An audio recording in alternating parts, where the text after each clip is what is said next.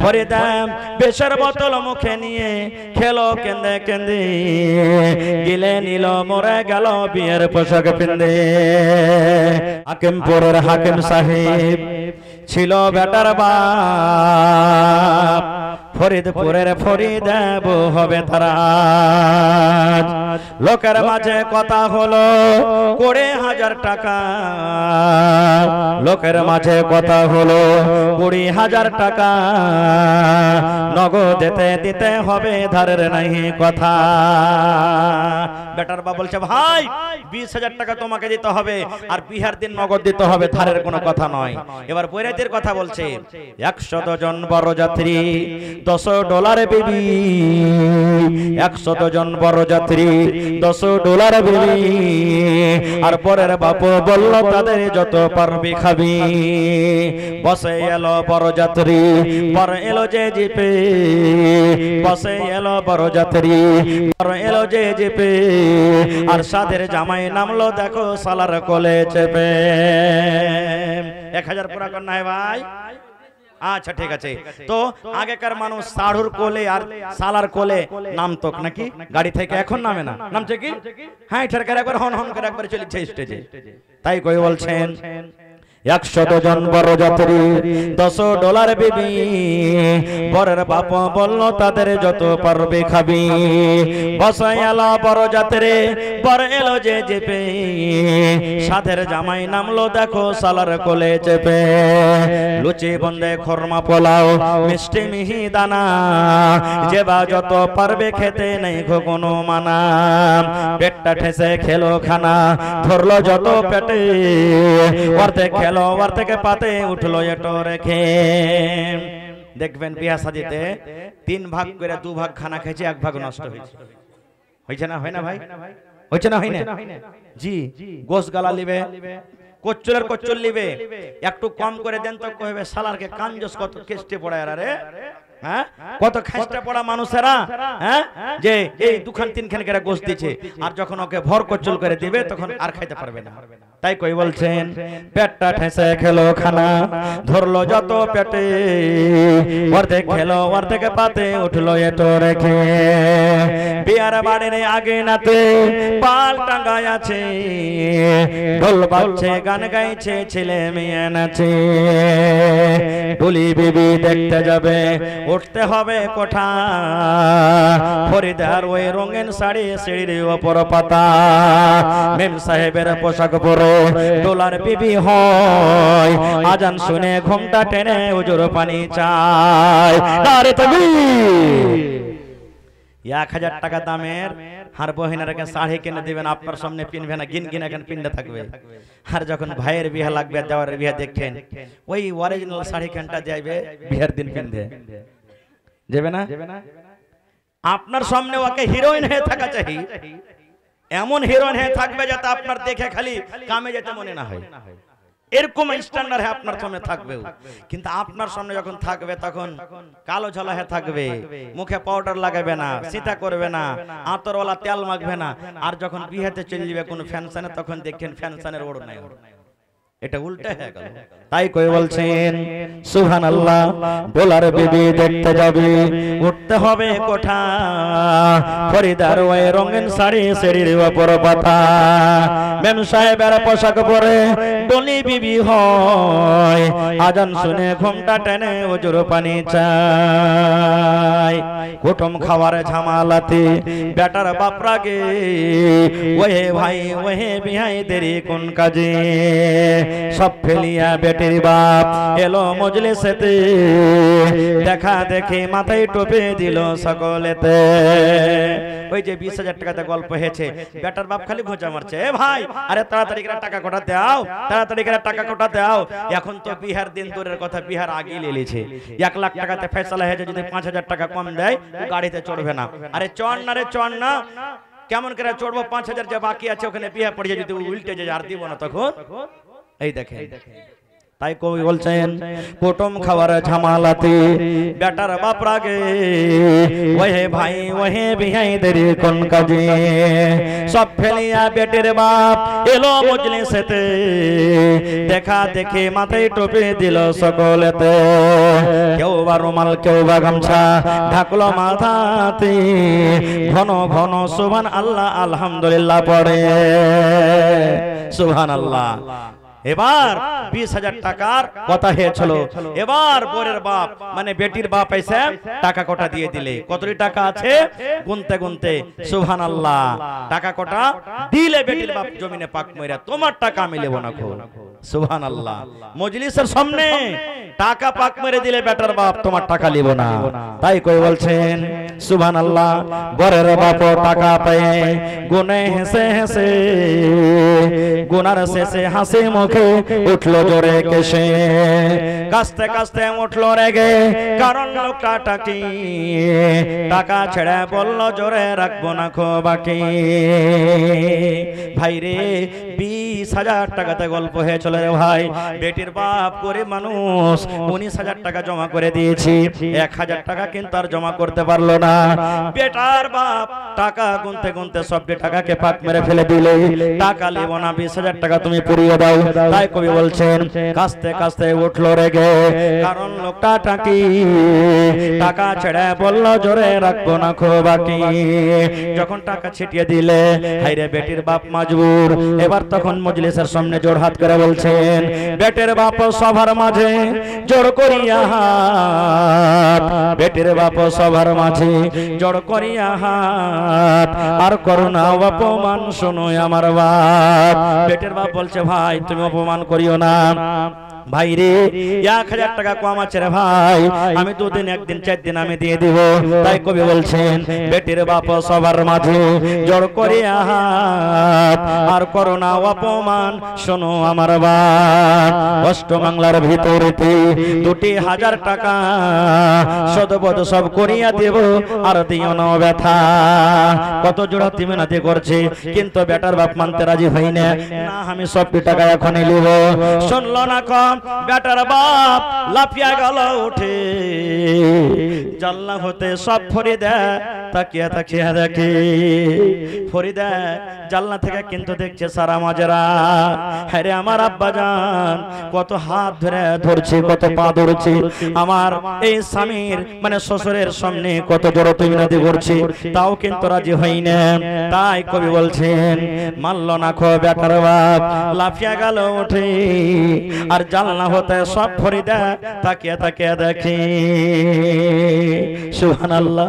এবার ফরিদা সবকিছু দেখা তখন বলছেন আল্লাহ মরে পয়দা করে আব্বা মরে পয়দা করে এত অপমান নিজের চোখে দেখে বলে রাখো না খোজান। ফরিদা কাঞ্চার বলছে আল্লাহ তুমি কেন আমাকে বেটি ছেলা করেছিলে আল্লাহ কেন আমার বাপের কোলে দিয়েছিলে আল্লাহ আমার বাপ কত গরিব মানুষ আল্লাহ 1,000 2,000 জুজতে পারলে না যার কারণে কত হাত ধরছে পা ধরছে কিন্তু বেটার বাপ রাগে না। আফসোস করে ফরিদা বলছেন আব্বা মরে পয়দা করে এত অপমান আব্বা মরে পয়দা করে এত অপমান সুবহানাল্লাহ বিষ খাইছে মরবো থাকবে না খোজান। ফরিদা বিষের বোতল মুখে নিয়ে কেন্দ খেলে খেলে ফরিদা বিষের বোতল মুখে নিয়ে খেলো কেন্দে কেন্দে গিলে নিল মরে গেল বিয়ের পোশাক পিন্দে। ফরিদা বলছে আর আমি আর বাঁচবো না বিষ নিয়ে মুখে দিয়ে বিষ খেয়েছে দুনিয়া থেকে চলে গেল। তাই কবি বলছেন ফরিদা বিষের বোতল মুখে নিয়ে খেলো কেন্দে কেন্দে গিলে নিল মরে গেল বিয়ের পোশাক পিন্দে। সমাজে তুমি তৈরি থাকো ইহার জবাব দিতে ধরবে যেদিন আল্লাহ পাক কাল কিয়ামতে। লুচি বন্দে খুরমা পোলাও মিষ্টি খাওয়ার দিন বিষ খাইছে মরল কেন সমাজে জবাব দিন। ইমাম সাহেব বিয়ের খুতবা পড়বে ফরিদার ইমাম সাহেব বিয়ের খুতবা পড়বে ফরিদার সমাজে তুমি জবাব দাও জানাজা কেন তার সুবহানাল্লাহ। তবে নওজওয়ানকে বলবো যুবক, আল্লাহ রাব্বুল আলামিন স্ত্রীকে খুব বড় নিয়ামত দান করেছেন। খবরদার বিহার সমাতে নিজের হাতে টাকা কামিয়ে মোহর দিয়ে বাড়িতে নিয়ে আসবেন, তাকে শ্বশুরের কাছ থেকে নেবেন না। এবং মা খালার বহিনেরাকে বলবো, সমাজ যদি জুলুম করে যে না গাড়ি দেখতে হবে, টাকা দিতে হবে, আপনার আব্বা বিয়ে দিবে, যেরকম করি হোক বিয়ে দিচ্ছে, কিন্তু আপনাকে বিষ খেয়ে মরতে হবে না, ফাঁসি দিয়ে মরতে হবে না, আপনাকে ট্রেনের পাটিতে জান দিতে হবে না। কারণ নবীর হাদিস, যে নিজের জান নিজে দিয়ে দেয়। আল্লাহ রাসূল ওর জানাজার নামাজ পড়েননি, নবী বলেছেন ওর জানাজা পড়িতে হবে না, বিনা জানাজা তাকে দাফন করতে হবে। এত বড় সুবহানাল্লাহ, ভালো মানুষরা তার জানাজা পড়বে না, যারা বদকার বেনামাজি তারা তার মাটির ঘর মাটির হবে বিছানা, এসেছো একা যাবে একা, সঙ্গে কেহ যাবে না। মাটির বাড়ি মাটির ঘর মাটির হবে বিছানা, এসেছো একা যাবে একা, সঙ্গে কেহ যাবে না। কিন্তু সেদিন ডাক পড়িবে কবর মাঝে সইতে, জোগাড় কিছু করছো বন্ধু তার মাঝে বিছাইতে, জোগাড় কিছু করছো বন্ধু তার মাঝে বিছাইতে। লক্ষ কোটি মুদ্রা বয়ে করছো বালা খানা, হীরা মণি মুক্তা দিয়ে পালঙ্কের বিছানা, হীরা মণি মুক্তা দিয়ে পালঙ্কের বিছানা। এমন জায়গা যাইতে হবে, এমন জায়গা যাইতে হবে, যে ঘরে নাই সাথী, এমন ঘরে রইতে হবে, যে ঘরে নাই বাতি, এমন ঘরে রইতে হবে, যে ঘরে নাই বাতি। দাদা গেছেন বাবা গেছেন, দাদা গেছেন বাবা গেছেন, কেউ তো ফিরে এলো না, এমনি ভাবে যাইতে হবে, তোরা কেন বুঝিস না। সাধের ছেলে চলে যাবে, আর তো আব্বা ডাকবে না, প্রাণের বিবি চলে যাবে, আর তো ঘরে ফিরবে না। নারে তাকবীর। माइक में थोड़ा इको दीजिएगा हल्का। आज के जलसार যোগ্যতময় শ্রদ্ধেয় সভাপতি সাহেব, উপস্থিত উলামায়ে কেরাম, সামনে বসে থাকা ইসলাম দরদি দিন দরদি ভাই ও বাবাজিরা, পর্দানাসীন মায়েরা খালারা, সমস্ত তারিফ ও গুণগান সেই মহান আল্লাহ তাবারক ওয়া তাআলার জন্য, যে মহান আল্লাহ তাবারক ওয়া তাআলা আজকে আমাদেরকে নরম গরম বিছানাকে ত্যাগ করে এই গরমের মৌসুমে আমাদেরকে এই রামপুর গ্রামের জামে মসজিদের উন্নতি কল্পে জালসার প্যান্ডেলের তলাতে বসে কিছু বলার ও শোনার তৌফিক দিয়েছেন। তাই আমরা সে আল্লাহ তাবারক ওয়া তাআলার প্রশংসা করি, অন্তর থেকে মুহাব্বতের সাথে সকলেই পড়েন আলহামদুলিল্লাহ। একটু জোর করে পড়েন ভাই আলহামদুলিল্লাহ। তারপর আমাদের শেষ নবী হযরত মুহাম্মদুর রাসূলুল্লাহ পড়েন সাল্লাল্লাহু আলাইহি সাল্লামের পর অগণন দরুদ শরীফ শান্তির ধারা বর্ষিত হোক, আমিন। আল্লাহুম্মা সাল্লি আলাইহি আল্লাহুম্মা বারিক আলাইহি। বন্ধুগণ, আজকে আমি আপনাদের সামনে কোরআন মাজিদের এখানে আয়াত তেলাওয়াত করেছি, সাথে আল্লাহর নবী মুহাম্মদ সাল্লাল্লাহু আলাইহি সাল্লামের একটা হাদিস পড়েছি। সে আয়াত এবং হাদিসকে সামনে রেখে আমি আমার বক্তব্য ইতি করব। আমা তাওফিকি ইল্লা বিল্লাহ। আল্লাহর কাছে দোয়া করি রব্বুল আলামিন আমি যা বলবো যেন সহি হাদিস এবং কোরআন থেকে বলতে পারি এবং সাথে আমরা সকলে আমল করতে পারি, তার জন্য আল্লাহ আমাদেরকে তৌফিক দেন। পড়ুন আল্লাহুম্মা আমিন।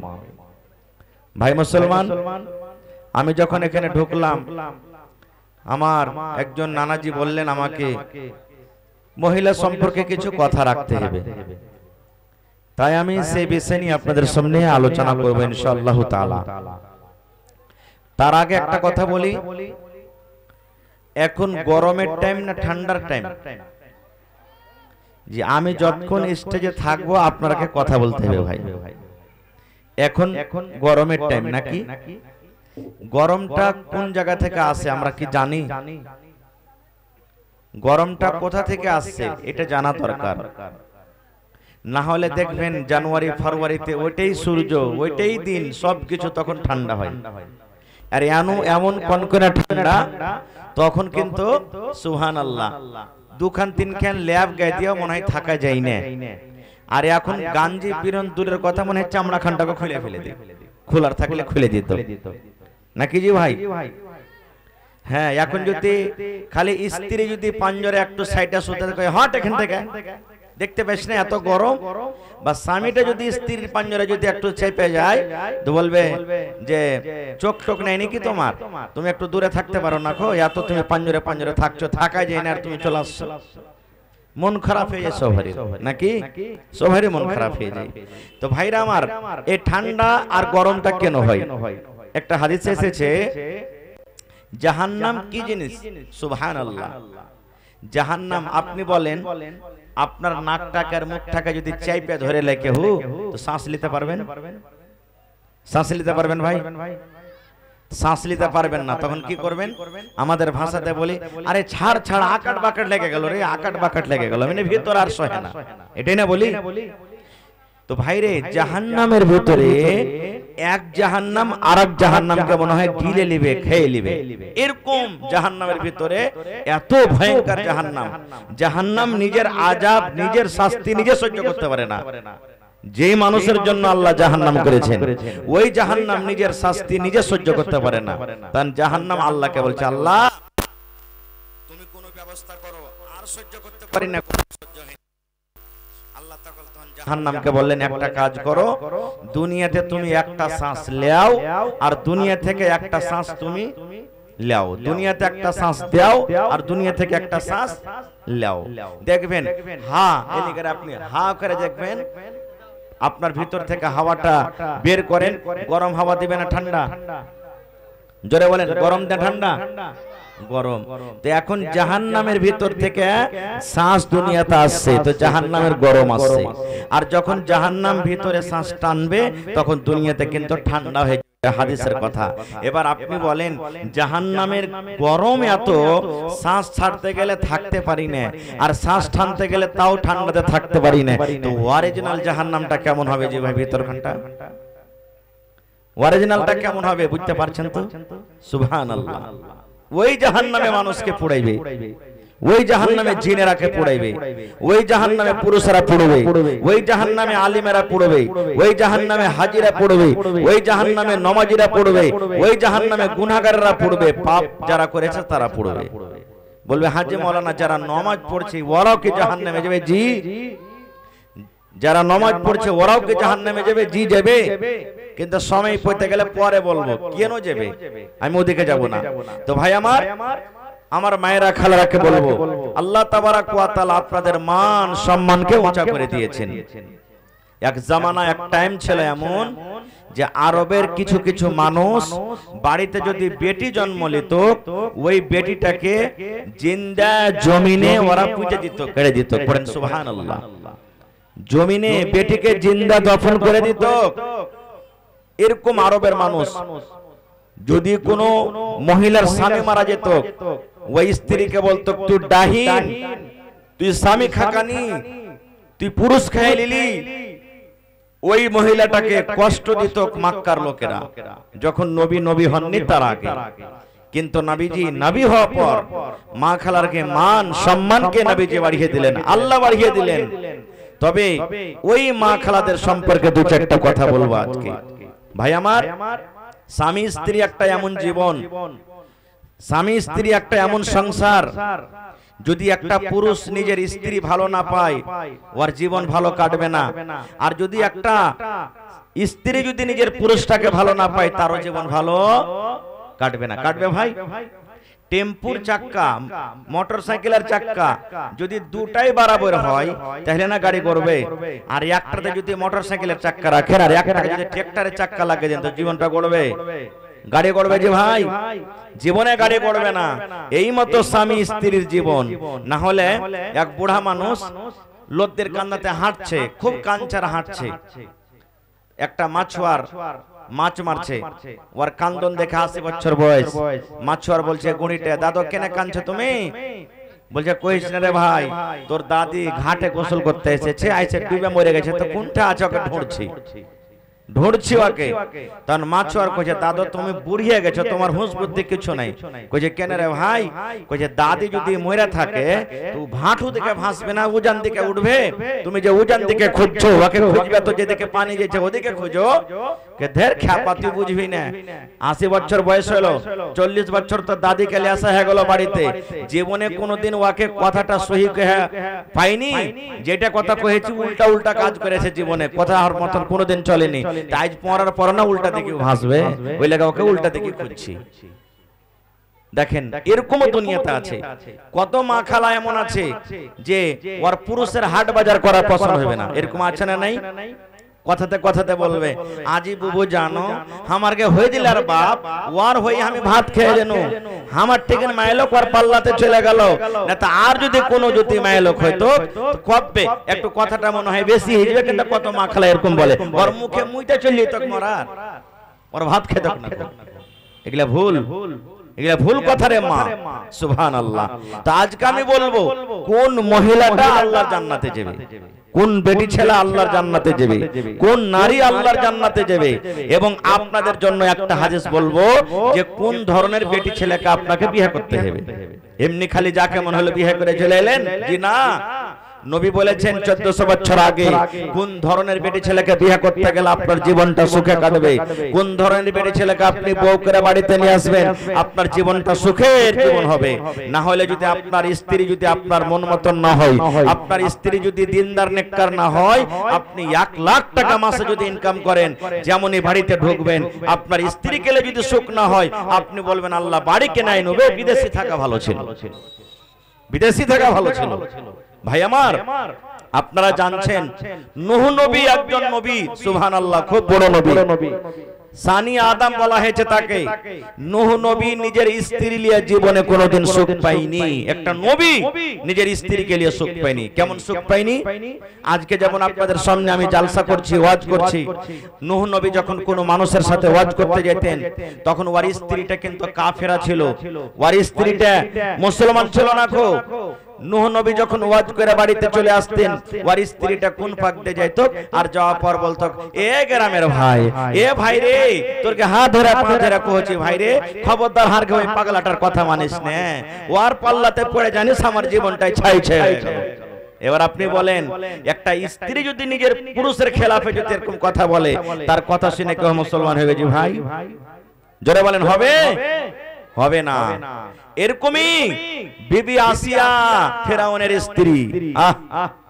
ফেরাউন একটা জালিম জাবির বাদশা, দুনিয়া থেকে চলে গেছে, নিজে আল্লাহ দাবাই করেছিল ফেরাউন যে আমি হলাম আল্লাহ, এই দুনিয়ার মানুষ তোমরা আমাকে আল্লাহ স্বীকার করো, ভগবান মনে করো। কিন্তু ওর স্ত্রী বিবি আসিয়া যাকে আল্লাহ তাআলা তার নাম করনে বলেছেন তার জিকির করনে করেছেন, এত নেককার বেটি ছেলে।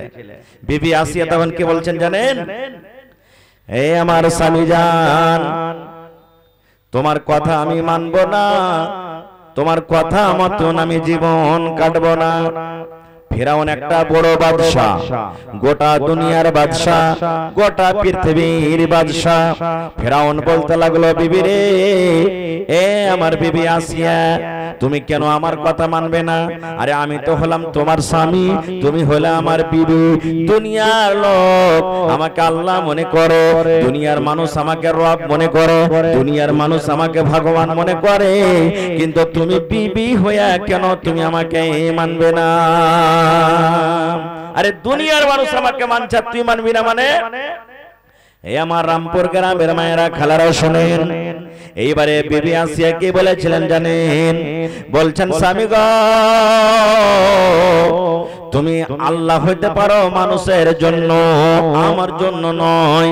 তুমি লোকের জন্য আল্লাহ হইতে পারো, লোকের জন্য তুমি রব হইতে পারো, লোকের জন্য তুমি ভগবান হইতে পারো, কিন্তু আমার জন্য তুমি হইতে পারো না। আরে আমার আল্লাহ তো হলো ওই যে আল্লাহ আমাকে জন্ম দিয়েছে, যে আল্লাহ তোমাকে জন্ম দিয়েছে, যে আল্লাহ ভালো মন্দর মালিক, যে আল্লাহ মতের মালিক, যে আল্লাহ রুজির মালিক, যে আল্লাহ বিপদের মালিক, যে আল্লাহ বিপদকে দূর করার মালিক, সেই আল্লাহর আমি পূজা করব, সেই আল্লাহকে আমি এক বলে স্বীকার করব আর করি। হ্যাঁ তোমাকে আমি মানব, কতটুকু মানব? স্বামী হিসাবে আমি তোমাকে মানব, স্বামীর যতটুকু হক আমি হক আদায় করব, তোমাকে আমি খেতে দেব, তোমাকে আমি পানি দেব, তোমার আমি বিছানে থাকবো, সব দুনিয়াদারি তোমার জন্য করব। কিন্তু ইবাদতের মামলা যখন আসবে আমি তোমার পূজা করব না, আমি এক আল্লাহর আমি পূজা করব। নারে তাকবীর, সুবহানাল্লাহ। তাহলে ওই মা খালারা, যেই মা খালারা বলে যে আমার স্বামীটা খুব জালিম, খুব বদমাইশ, শারাবি, কাবাড়ি, বুবুরে, আমি তার জুলুম সইতে পারবো না। ফেরাউন থেকে বড় জালিম কে হইতে পারে? জি ভাই, জোরে বলেন, কে হইতে পারে? হইতে পারে না। তবে হ্যাঁ, মা খালারাকে একটা কল্লা শিখিয়ে যাব আজকে। আপনারা শুনেছেন যে বেলা মায়ের লোকের 36টা কল্লা হয়, শুনেছেন আপনারা? কিন্তু কোন কিতাবে লেখা নাই ভাই যে 36টা হয় কি 38টা হয়। আমিও শোনা কথা বলছি। একটা কল্লার কথা আপনারাকে বলবো, যদি মা খালারা এরকম কল্লা যদি করতে চায়, ছলনা করতে চায়, ইনশাআল্লাহ নেকি পাবে, এতে গুনাহ হবে না। কেমন দেখবেন আপনাদের গ্রামে, দেখেন দুনিয়া ছেড়ে দেন, এমনও দুনিয়াতে মায়ের লোক আছে যে ও নেককার, কিন্তু ওর স্বামীটা খুব বদমাইশ, ওর কথা মানবে না, স্ত্রীর মদ পান করবে, নাশা খাইবে, নামাজ পড়বে না, উল্টা সিধা বিবিকে কয়ে দিবে, এরকম আছে না নাই? একটা মহিলা খুবই নেককার, থাকে থাকে থাকে একদিন তখন ওর স্বামীকে বলছে, হাজি আব্দুল্লাহর বাপ, তুমি যে নমাজ টমাজ পড়ো না, আল্লাহকে কি হিসাব দিবে তুমি? আজ নমাজ গালা পড়ো, আরে তোমারই তো ইবাদত, দান করো, নমাজ পড়ো, রোজার মাসে রোজা করো, ভালো আমলটা করো। তখন তার পুরুষটা কি বলতো? হ্যাঁ, খালি কানের গোড়াতে ভ্যান ভ্যান ভ্যান ভ্যান করছে, হট এখান থেকে, তুই নিজে আমল করছিস, নিজে করগা। আরে তুই মায়েলোক বেশি, মায়েলোক গেজ গুনাহগার হয়, ওরা দেখেন ফতুয়া কত বড়, মায়েলোক গেজ গুনাহগার হয়, পায়ে পায়ে ওর গুনাহ আছে, তোরা বেশি বেশি করে আমল কর। আমি তো আল্লাহকে কে ডাকছি, দিনে 5 বার 10 বার আল্লাহ আল্লাহ বলে ডাকছি, নামাজ না পড়লে তো কি হলো? আল্লাহকে আল্লাহ বলে ডেকিলো না, আল্লাহ খুশি হয়ে যাবে। যখনই কথাটা বলে তখনই কিন্তু এরকম কাজ করে। এবারে তখন ওর স্ত্রীটা বলছে, থাম রে মরা, তুই খালি আল্লাহকে বলে তুই খালি রাজি করে নিবি, নামাজ পড়বি না, আল্লাহ আল্লাহ বলে ডাকবি, আল্লাহ রাজি হয়ে যাবে, তোকে দেখাচ্ছি। একদিনকার ঘটনা, ও যাবে মনে করেন যে কোথায়, ধরেন যে চলে যাবে, ও নেপাল চলে যাবে, পূর্ণিয়া যাবে, যাওয়ার পর ও গাড়ি ধরবে, 6টার গাড়ি ধরবে, নেপাল যাবে। স্ত্রীকে বলেছে, শুন তুই তো ফজরের টাইমে নামাজ পড়ছিস, 3:30টার সময়তে নামাজ পড়ে তুই শুতিস না, আমার জন্য তুই নাস্তা করবি, আর আমাকে একবারে ঠিক 4টার সময়তে উঠিয়ে দিবি, আমি মুখ হাত দিয়ে নাস্তা পানি করে 6টার গাড়ি ধরবো। এবার স্ত্রী তখন বলছেন যে থাম রে মরা, আজ তোকে আমি একটা ছলনা দেখাবো। ওর স্ত্রীটা নামাজ টামাজ পড়ে ভাই নাস্তা কি ঘোড়ার ডিম বানাবে, আবার শুতে গেছে। শুতে যে গেছে তো একবারই 6টার সময়। ওর স্বামীটা তো লাট সাহেব, 6টার সময়তে উঠেছে, ওকে বলেছে 4টার সময়তে উঠিয়ে দিবি, উঠেনি, 6টার সময়তে উঠেছে। এবার যেমনই উঠা তখন স্ত্রীকে বলছে, আরে আব্দুল্লাহর মা উঠা রে, তাড়াতাড়ি করে উঠ, আরে 6টা বেজে গেল, কখন ট্রেন ধরবো? তোকে বলেছি যে ফজরের পর তুই ঘুমাবি না, ঘুমিয়ে গেছিস, তুই নাস্তা করিসনি, কখন নাস্তা করবি? যেমন কথাটা বলা। এবার স্ত্রী বলছেন, স্বামী গো, ও আমার আদরের স্বামী, একবারে লম্বা সুরে বয়ান ধরে মিঠা করে ডাকছে ওকে, স্বামী গো, ও আমার আদরের স্বামী। ওর পুরুষটা বলছে, আরে স্বামী স্বামী বলিস না, তাড়াতাড়ি করে ও আর ওইটা নাস্তা টাস্তা কর, 6টার গাড়ি ছুটলো ছুটলো, 8টার গাড়িতে ধরবো। কিন্তু ওইটাই কথা বয়ান ধরে ধরে, স্বামী গো, ও আমার আদরের স্বামী, বয়ান ধরে এরকম ভাবে নিজের স্বামীকে বলছে। ওর ভিতর কিন্তু ঘাবড়ে গেছে, হবে রাইতে তো ভালোই সুতলে এসারের নামাজের পর কোন জিন টিনে ধরলে নাকি, ভূতটুতে ধরলে নাকি, এত সুন্দর করে বয়ান ধরে ডাকছে স্বামী গো আদরের স্বামী। তখন বলছে না এরকম করে হবে না। ওর একটা চাচা ছিল কইরবে, চলে গেছে ডাকতে, চাচা হে চাচা, কইছে কি হয়েছে রে ভাতিজা?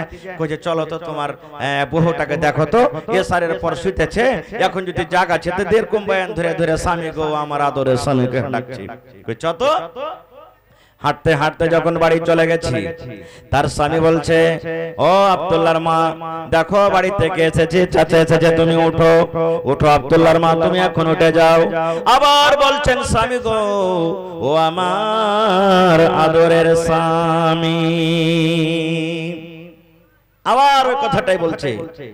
এ আব্দুল্লাহর মা কি এমন তুমি কথা বলছো, আদর করে তুমি এই কথাটা বলছো, জীবনে তুমি এরকম কথা বলনি, কিন্তু আজকে তোমার মুখ দিয়ে কথাটা শুনতে পাই, কারণটা কি? তুমি উঠে যাও, চাচা এসেছে।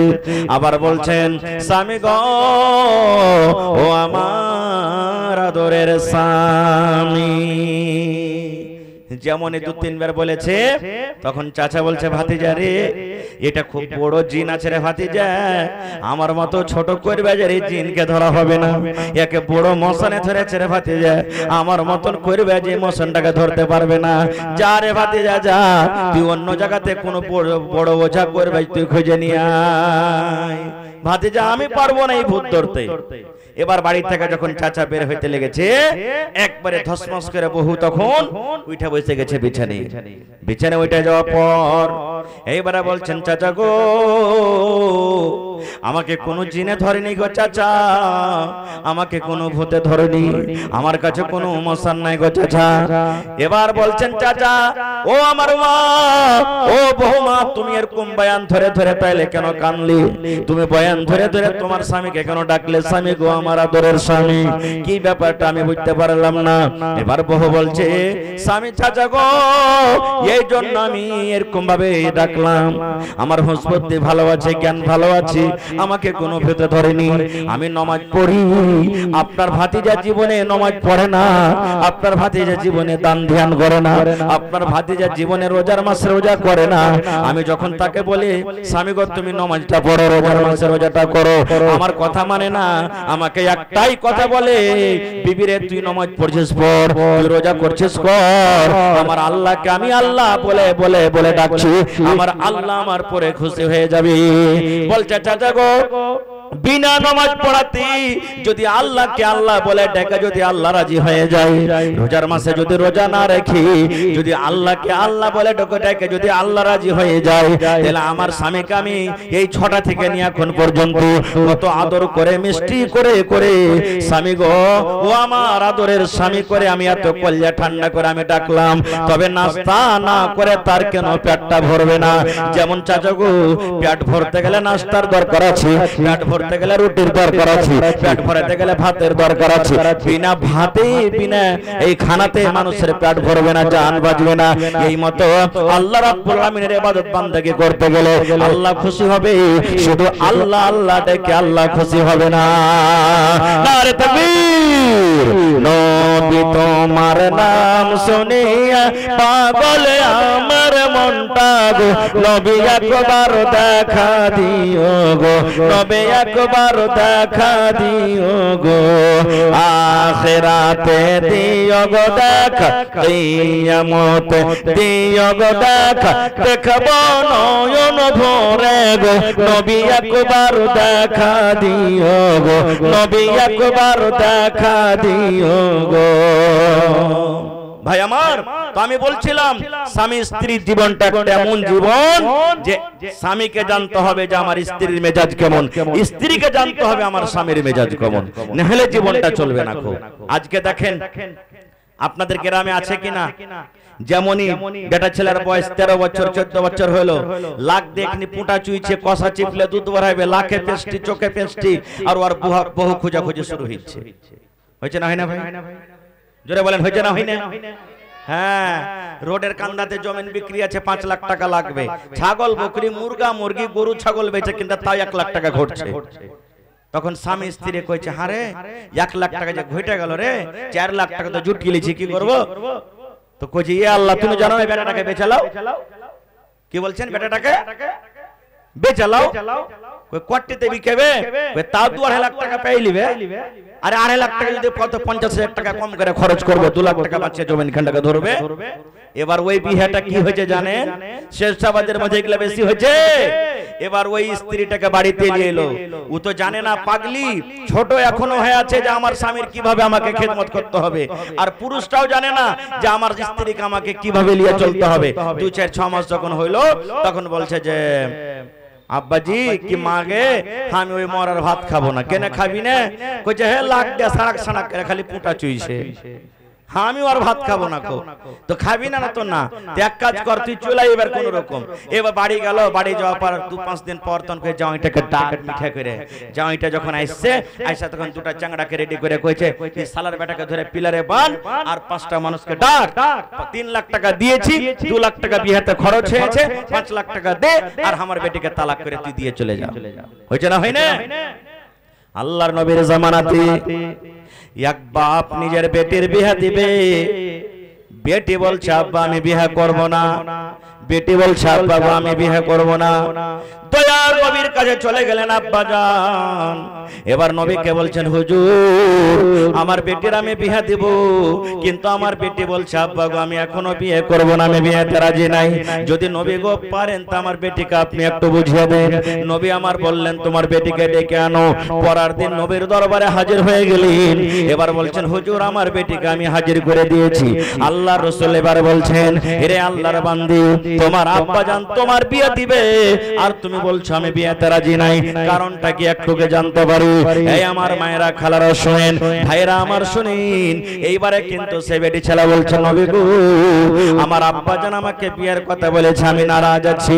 এই জন্য নারাজ আছি নবী গো তার আগে আপনাকে একটা প্রশ্ন করব নবী বলছেন কি প্রশ্ন বলছে আল্লাহর নবী গো ধরেন আমার বিয়ে হয়ে গেল আমি শ্বশুরের বাড়িতে চলে গেলাম যে আমার স্বামী হবে যে আমার হাজবেন্ড হবে যে আমার পাতি হবে আমি তার বাড়িতে চলে গেলাম এবার তার বাড়িতে যাওয়ার পর নবী গো আমার ওই স্বামীর আমার পরে কতটুকু হক আছে নবী গো আমার স্বামীর কতটুকু কথা মেনে আমাকে চলতে হবে আমার স্বামীর কতটুকু কথা আমাকে শুনতে হবে নবী গো একটু দয়া করে বলেন হুজুর আমি ধরেন আমি বিয়ে হয়ে চলে গেলাম শ্বশুরের বাড়িতে যে আমার স্বামী হবে ওই আমার স্বামীটার কথা আমাকে কতটুকু মানতে হবে নবী আমার বললেন হে আল্লাহর বান্দিরি তোমার উপরে তোমার স্বামীর অতটুকু হক তোমার উপরে তোমার স্বামীর অতটুকু হক তোমাকে অতটুকু তোমার স্বামীর কথা মেনে চলতে হবে তোমার স্বামীর গায়ে যদি ফোঁট হয়ে যায় ঘা হয়ে যায় আর ঘাটা পেকে গেছে ফোঁটটা পেকে গেছে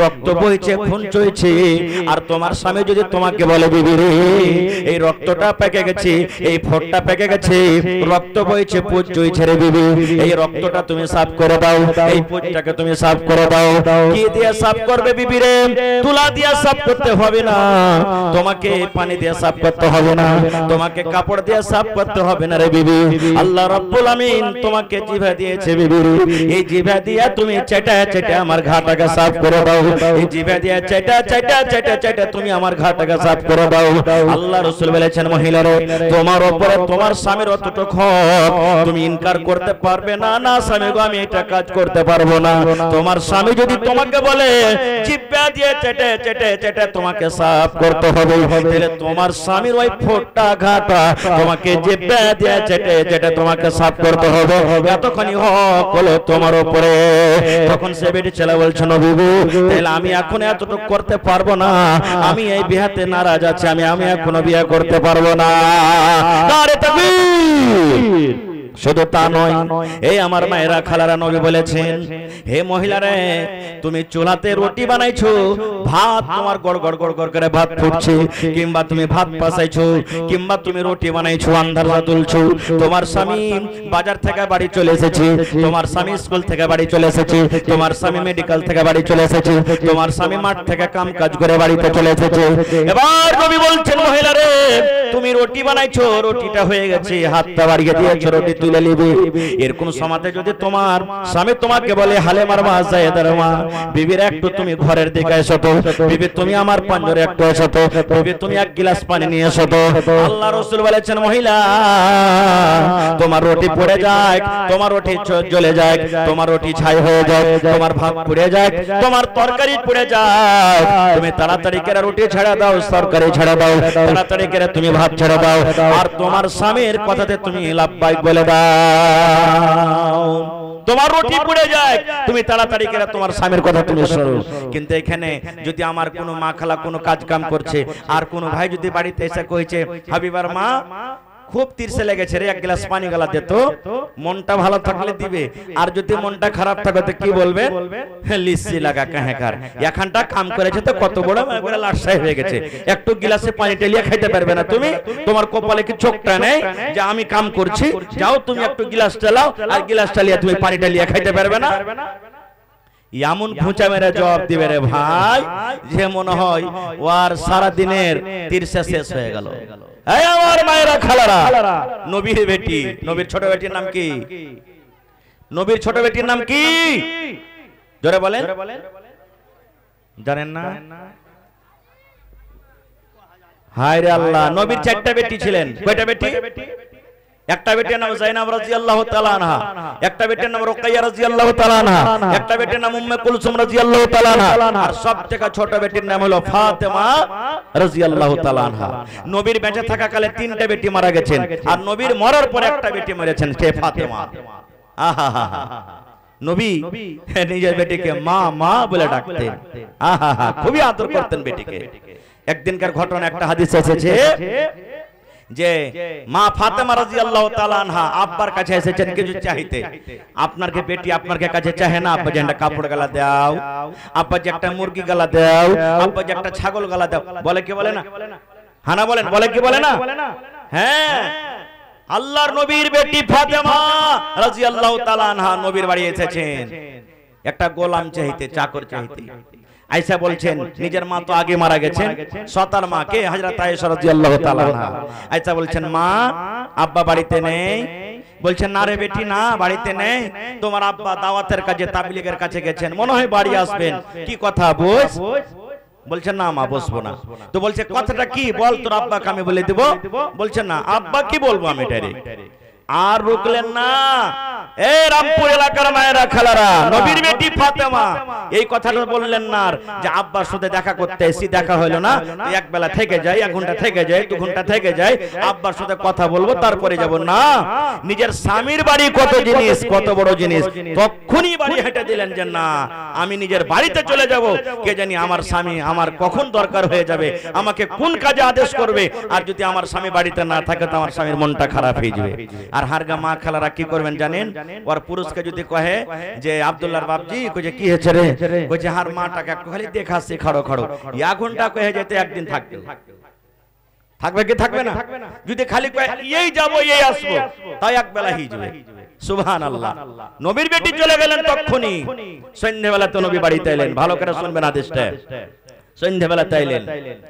এবার মা আয়েশা বলছেন নবী গো আপনার কলেজার টুকরা ফাতেমা আপনার সাথে দেখা করতে এসেছিল গো নবীজি। নবী আমার বেটিকে এত ভালোবাসতেন, নবী যেমনই শুনলেন হারি আমার মা আমার সাথে দেখা করতে এসেছিল, নবীজি নিজের বেটিকে ফাতেমাকে ফাতেমা ফাতেমা বলে ডাকতেন, মা মা বলে ডাকতেন। নবী বলেছেন যে আমার ফাতেমাকে কষ্ট দিবি রে, নবী যেন আমাকে সে কষ্ট দিল, এত নবী বেটিকে ভালোবাসতেন। নবী শুনলেন আমার বেটি আমার সাথে দেখা করতে এসে, চলো সন্ধ্যা হয়ে গেছে, রাত হয়ে গেছে, তখনই চলে গেলেন বেটির বাড়িতে। কে জানি আমার বেটি কোন কাজে আমার সাথে এসে চলো দেখা করার জন্য চলে গেলেন।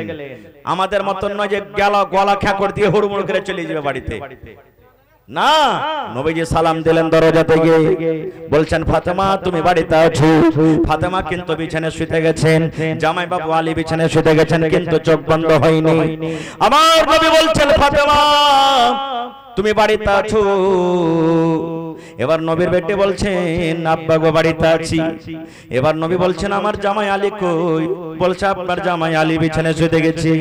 নবী বলছেন বেটি রে যেমন হ্যাঁ শুতে আছো শুতে থাকো, আমার জামাইকে বলো যেমন হ্যাঁ শুতে আছে শুতে থাকবে, আমি নবী তোমাদের ঘরের ভিতরে আসছি। এ অনুমতি দাও হলো। নবীজি আমার চলে গেলেন। মা ফাতেমা বলেন বিছানার এক সাইডে আমি শুতে আছি আর বিছানার এক সাইডে আমার স্বামী আলী শুতে আছে। আমার আব্বা জান দয়ার নবী আমাদের দুজনের মধ্যখানে কিন্তু বসে গেলেন। একদিকে ফাতেমা একদিকে নবীজি, দুইজনের মধ্যখানে বসে গেলেন।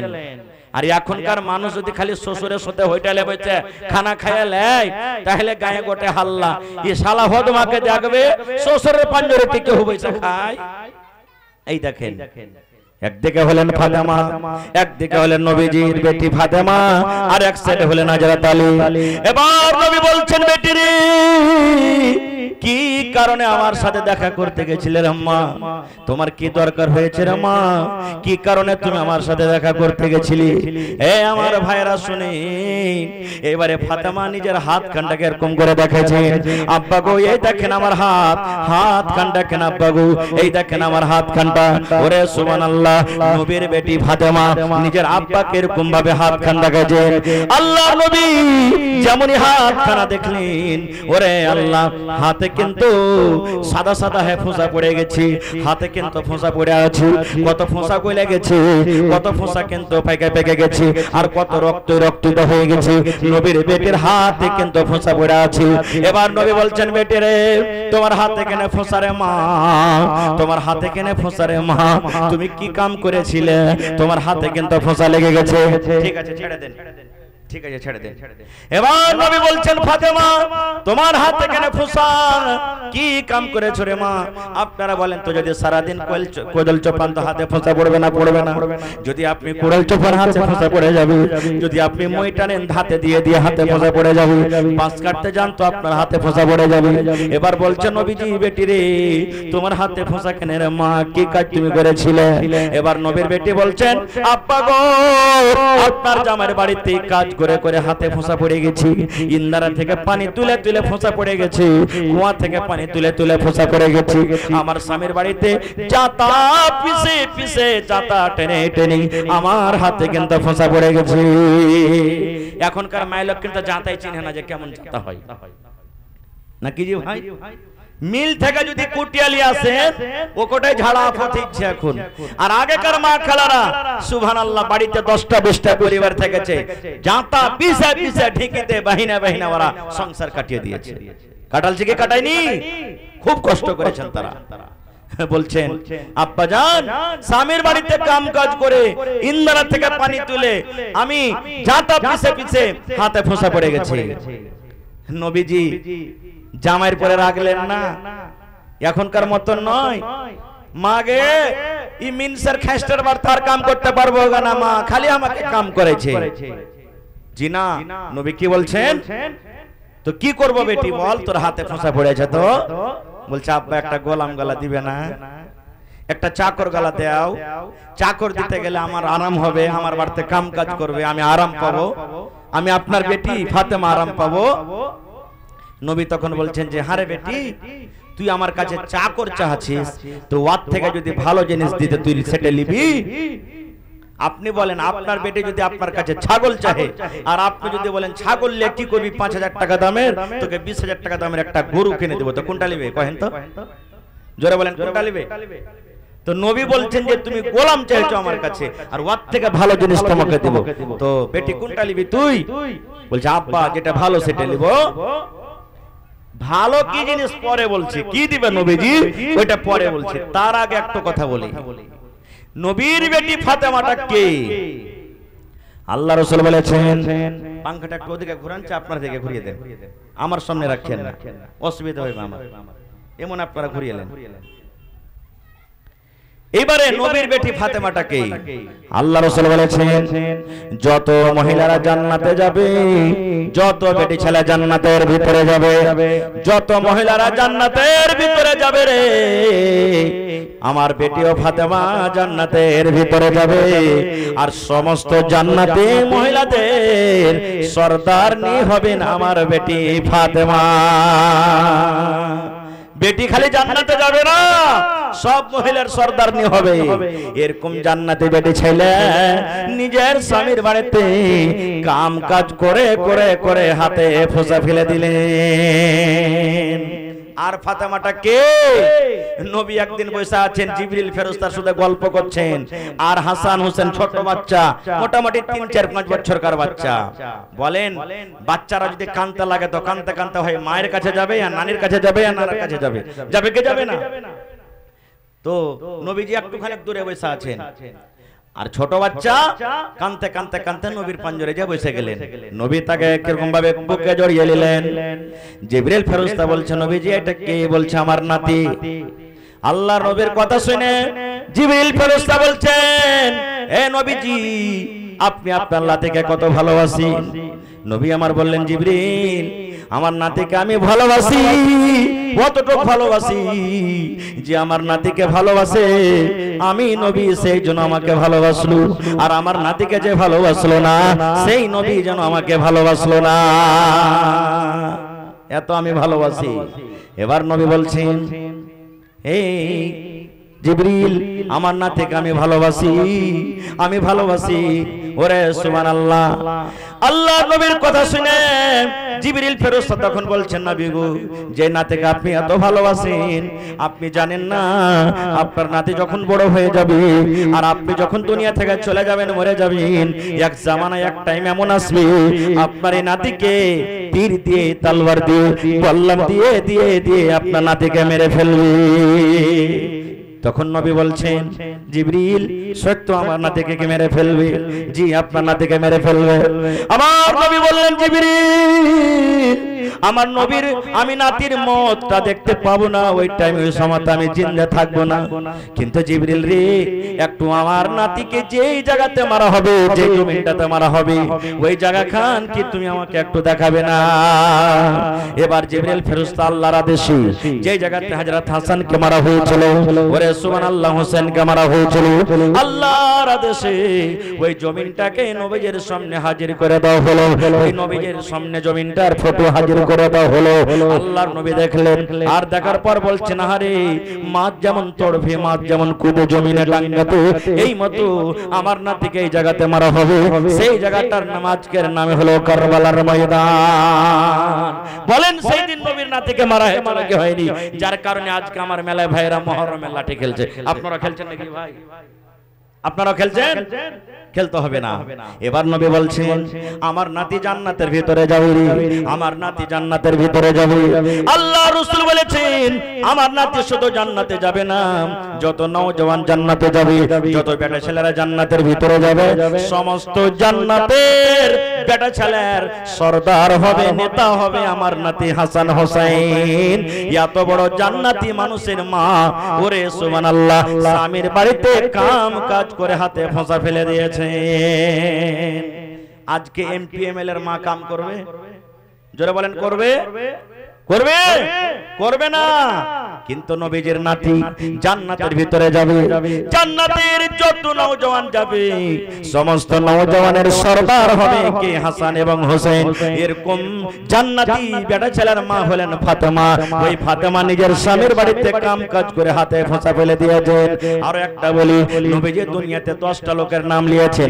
আলী তুমি জান্নাতে যাইবে, আবু বকর তুমি জান্নাতে যাইবে, উসমান তুমি জান্নাতে যাইবে, আবু উবাইদা তুমি জান্নাতে যাইবে, সাদ তুমি জান্নাতে যাইবে, সাইদ তুমি জান্নাতে যাইবে। এই করে করে 10 জনের মধ্যে একজনের নাম হলো নবীর ছোট জামাই হযরত আলী। নবী বলছেন, আলী রে তুমিও জান্নাতের ভিতরে যাইবে। ওরে সুবহানাল্লাহ ভাই রে, হযরত আলী জান্নাতের ভিতরে যাবেন। এরকম জান্নাতি সাহাবী, জান্নাতি মানুষের স্ত্রী ফাতেমা নিজের স্বামীর বাড়িতে কাম কাজ করে হাতে ফোঁসা বলে দিয়েছে। তাও তারা একদিনও বলেনি যে আমরা নিজের স্বামীর বাড়িতে কাম কাজ করতে পারবো না। নারে তাকবীর। ভাইরে মেলা এরকম ঘটনা আছে, সুবহানাল্লাহ।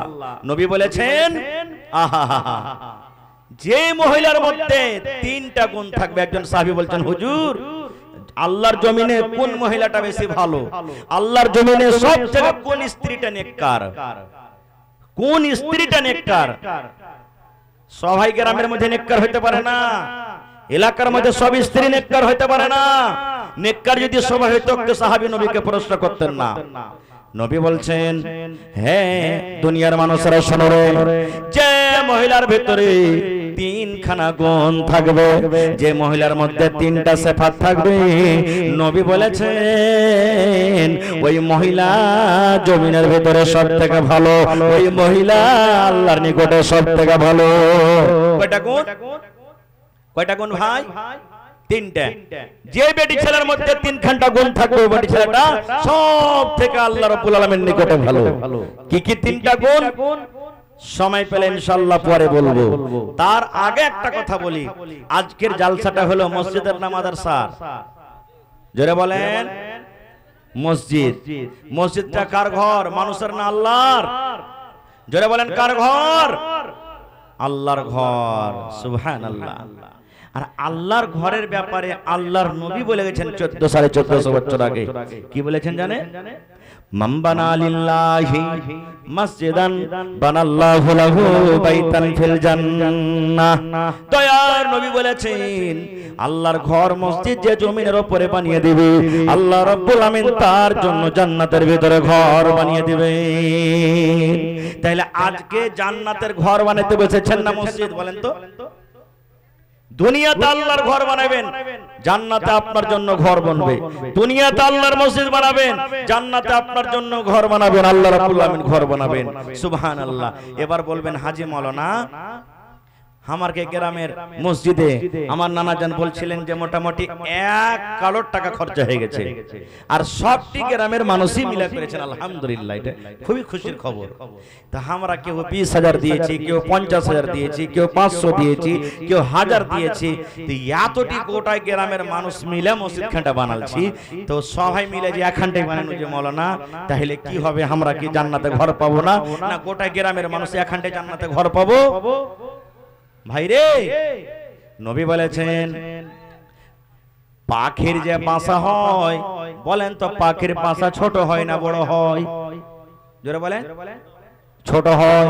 আল্লাহ নবী বলেছেন পাখির বাসার সমান জায়গাও যদি আল্লাহর ঘর মসজিদ আপনি বানিয়ে দিতে পারেন, আল্লাহ রাব্বুল আমিন আপনার জন্য জান্নাতের ভেতরে ঘর বানিয়ে দিবেন। তাহলে বলেন, আপনি যে টাকা দিয়েছেন 1 বড়া সিমেন্ট হয়েছে, আপনার দানে 10 বড়া সিমেন্ট হয়েছে, আপনার দানে হয়তো 1 গাড়ি বালু এসেছে, আপনার দানে হয়তো রড এসেছে, আপনার দানে হয়তো ইট এসেছে, আপনার দানে হয়তো মিস্ত্রিকে টাকা দেওয়া হয়েছে।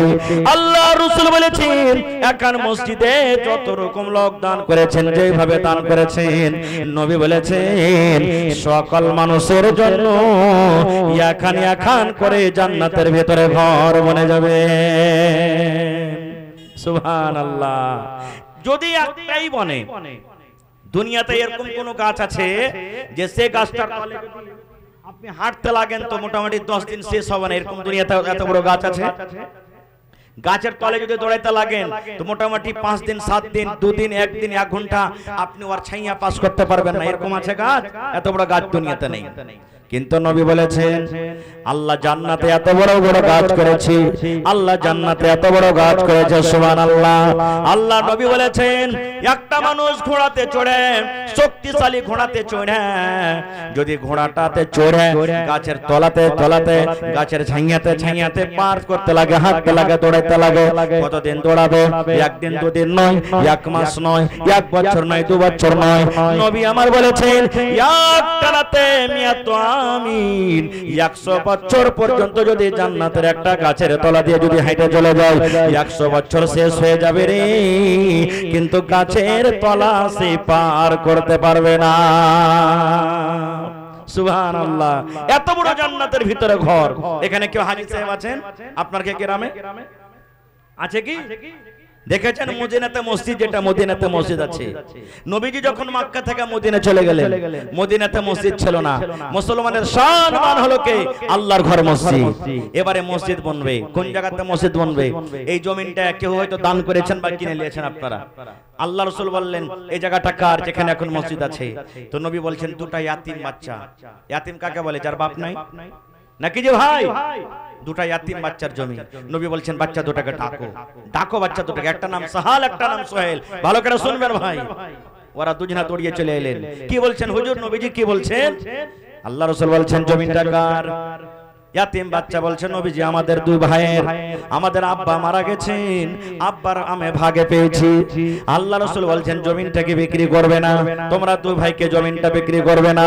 এবার ইয়াতিম বাচ্চা বলছেন হুজুর আমাদের বাপ আমাদের জন্য ছেড়ে গেছেন, আমাদের এই জমিন ছাড়া কিছু নাই, কেন আমরা বিক্রি করব?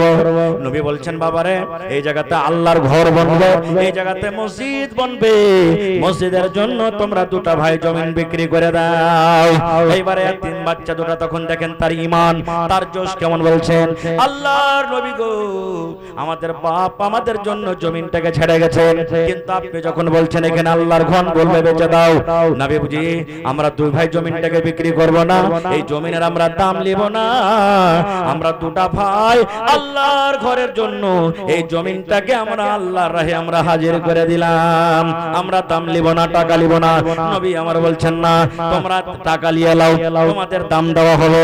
ইয়াতিম বাচ্চা দুটো বলছে নবীজি আমরা ইয়াতিম, আমরা গরিব বলে আমাদের দানে হাকারত করছেন, আপনি আমাদের দানটা নেবেন না। এবার নবী বলছেন সাহাবীরে এ ইয়াতিম বাচ্চা, এরে আল্লাহর বান্দারা শোনো, তোমরা ইয়াতিম বলে তোমাদের দানটা নিব না এরকম কোনো কথা নয়। আজকে যদি তোমরা দানটা করে দাও, যখন আমি দুনিয়া থেকে চলে যাব হয়তো পরের মানুষরা আমার পরে দাগ লাগাবে, থাপ্পা লাগাবে। তোমাদের নবী কেমন রে, দুটা ইয়াতিম বাচ্চার কাছ থেকে জমিন কেড়ে ওইখানে আল্লাহর ঘর মসজিদ বানিয়ে দিয়েছে, এই যেন আমি এটা শুনতে না পাই। এবারে নবীজি হযরত আবু বকর রাদিয়াল্লাহু তাআলা আনহু বলছেন আবু বকর মদিনার গলিতে গলিতে তোমরা পাতা করো, মদিনার গলিতে গলিতে জমির রেট পাতা করো, যত টাকা লাগবে এই জমিনের রেট, জমিনের দাম ইয়াতিম বাচ্চা দুটাকে তোমরা দিয়ে দাও। নারে তাকবীর! হয়নি হবে না, হতে পারে না আমার নবীর সাথে কারো তুলনা, হয়নি হবে না, হতে পারে না আমার নবীর সাথে কারো তুলনা, হায়রে তুলনা তো দূরের কথা ছায়াও মিলে না, হয়নি হবে না, হতে পারে না আমার নবীর সাথে কারো তুলনা। তো ভাই রে আজকে দেখছি সাহাল এবং সোহেলের মতন কি হবে। আপনাদের গ্রামের মানুষ কেমন দান করেন আমি কিন্তু জানি না, আমি জীবনের প্রথমবার এসেছি। তবে দেখি আল্লাহর ঘরের জন্য কোন আল্লাহর বান্দা আজকে গ্রামে এমন আছেন 1 ডিসমিল 1 কাঠা জমি দান করতে পারবেন মসজিদের জন্য? বলবেন মাওলানা মসজিদের আশেপাশে ওরকম জমি নাই, মাঠে ময়দানে আছে কোন জায়গাতে, মেলায় জায়গাতে জমিন পাওয়া গেছে, মেলায় জায়গাতে জমিন পাওয়া গেছে মসজিদের জন্য। আজকে দেখছি মাঠে ময়দানে কোন জায়গাতে আছে, বিক্রি করে যা টাকা হবে মসজিদে লাগিয়ে দিবেন। মাওলানা আমি মার জন্য, আব্বার জন্য বা নিজের জন্য আমি 1 ডিসমিল কিংবা 1 কাঠা জমিন দান করে দিলাম। দেখি এরকম কোন আল্লাহর বান্দি আছেন? দেখি কোন আমার ভাই আছেন? আমি আপনাদের কাছে আমি 10টা লোককে আমি দেখি যে 10,000 করে 10টা লোক কেমন আছেন যে 10,000 করে দিতে পারবেন, এবং 10টা লোক কেমন আছেন 5,000 করে দিতে পারবেন। এখন মনে হয় জমিন প্লাস্টার চলছে নাকি, দেওয়াল প্লাস্টার চলছে। 10টা লোক বেশি লয়, এক গাড়ি করে বালু দিবেন কে দেখি ভাই। আপনার দান আজকে করবেন, কাল থেকে আপনার মসজিদে লেগে যাবে। সুবহানাল্লাহ। 10টা লোক খাইয়ে জানতো মাওলানা আমার 100 সেফটি বালু নিলেন, মাওলানা আমার 100 সেফটি বালু নিলেন, মাওলানা আমার 100 সেফটি বালু নিলেন, কারণ মসজিদে এখন বালু আর সিমেন্টের দরকার আছে বেশি। তো আসেন তো দেখি 10টা মানুষ 10 গাড়ি বালু দিবেন কে 100 সেফটি করে বালু। মোটামুটি এখন 100 সেফটির বালুর দাম মোটামুটি 7,000 টাকা নাকি, 7,000 টাকা করে টাকা। 10টা লোক 1 নম্বর প্রথম কে আসবেন, মাওলানা আমি 1 গাড়ি বালু দিলাম এবং আপনাদের কাছ থেকে 100 ব্যাগ সিমেন্টার আমি আবদার করছি, কেউ 10 বড়া, কেউ 20 বড়া, কেউ 50 বড়া, এই করে করে 10টা দেখি কোন আল্লাহর বান্দা আছেন যে আপনারা সিমেন্ট জমা করতে পারবেন। ভাই আমার মসজিদে আপনাদের জালনা কতটা আছে? জালনা কতটি আছে মোটামুটি? জি গুনা নাই, 4টে জালনা। একটা জানলাতে মোটামুটি 10,000 টাকার আশেপাশে খরচা হয়ে যাবে। 4টা লোক খাড়িয়া জানতো মৌলানা আমি একটা জানলাতে যা লাগবে আমি দিয়ে দেবো, মৌলানা আমি একটা জানলাতে যা লাগবে দিয়ে দেবো। আসেন তো বিসমিল্লাহ করেন তো দেখি আমার কোন ভাই আছেন প্রথমে এক গাড়ি বালু দেবেন কিংবা একটা জানলার দাম 10,000 টাকা দান করবেন। দেখি কোন আল্লাহর বান্দা আছেন 5,000 টাকা, কোন আল্লাহর বান্দা দিবেন, কেউ 1,000 দিবেন, কেউ 2,000 দিবেন। যারা গরিব খাচ্ছেন খাইছেন নিয়াত করিলেন আজ 1,000 টাকা আল্লাহর ঘরের জন্য দিয়ে যাব, জান্নাতের ভিতরে ঘর লিব রে, আজ লিব জান্নাতে ঘর লিব। দুনিয়াতে যা খাচ্ছে পিনছে দুনিয়াতে থেকে গেছে, যে কটা জমা করব কিয়ামতের দিন পাবো। আমি কমিটির লোককে বলবো মা খালারকে পেন্ডালে চাদর দিয়ে দেন, আপনারা মা খালারকে পেন্ডালে চাদর দেন। মায়েরাকে বলবো এ আমার মায়েরা পাড়ায় জায়গার মা খালারা খুব দানি, ইনশাআল্লাহ আশা করছি আপনারা খুব দানি ঘরের বেটি, তা আপনারা টাকা পয়সা আংটি হার পান পায়াল কাঁসার বাদনা কাঁসার থালি এই ধরনের যত দান আছে আপনারা দিয়ে পাঠাবেন। এবং আমি মায়েরা খালারাকে বলবো আল্লাহর ঘরের জন্য একটা ছাগল খাসি হোক পাটি হোক কি এমন আছেন দিতে পারবেন, আপনারা ছাগলগুলা দেখি আজকের জালসা থেকে যেতে পারবেন। এই আমার হাতে আমার একজন ভাই সুবহানাল্লাহ নাম বলেনি বেনামিতে 1,000 টাকা দান করেছেন, চলে গেছেন দান দিয়ে, মাশাআল্লাহ।